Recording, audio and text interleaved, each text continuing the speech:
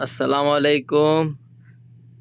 নতুন যারা সৌদি আরবে আইতে চাইতেছেন তাদের জন্য আজকের ভিডিওটা। গাইজ দেখেন, এটা হলো কোম্পানির খানা। 2 মাস 15 দিন হইছে, স্যালারি দেয় না, খানার টাকাও দেয় না, কাজও দেয় না, বসায় রাখছে।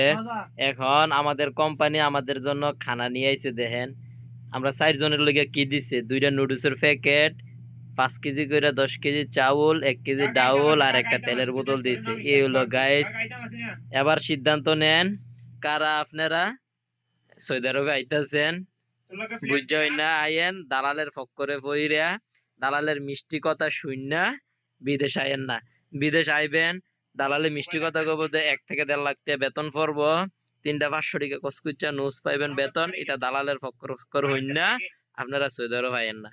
যারা আইবেন বুঝছই না সৌদি আরব আইয়েন, চিন্তা ভাবনা করে সৌদি আরব আইয়েন। আজকে 1.5 মাস 2 মাস 10 দিনের উপর হয়ে গেছে, আমাদেরকে স্যালারি দেয় না। 2 মাস 10 দিন পরে কোম্পানি কোনো খবর নেয় না এতদিনের মধ্যে। তো আজকে 2 মাস 10 দিন পরে এসে আমাদের জন্য 2 বস্তা চাল, 2টা নুডলস, 1 কেজি ডাল আর একটা তেলের বোতল নিয়ে আইছে। এই হলো আমাদের কোম্পানির অবস্থা। সবাই দোয়া করবেন যাতে করে আমাদের এই 15 মাস হয়েছে আইছি আমরা, 16টা স্যালারি পাই। 16টা স্যালারি 15 মাসের মধ্যে 15টা স্যালারি জায়গাতে আমরা পাইছি 9টা স্যালারি, আর 6টা স্যালারি মনে করেন আটকাই রাখছে কোম্পানি। এই হলো সৌদি আরব। বিদেশে মনে করেন টেহা টেহা, বুঝছেন? সবাই বুঝে শুনে আইবেন, দালালের মিষ্টি কথায় ফাঁদে পড়বেন না। এই ভিডিওটা আপনাদেরকে জানানোর জন্য সতর্কতামূলক ভিডিওটা বানাইলাম।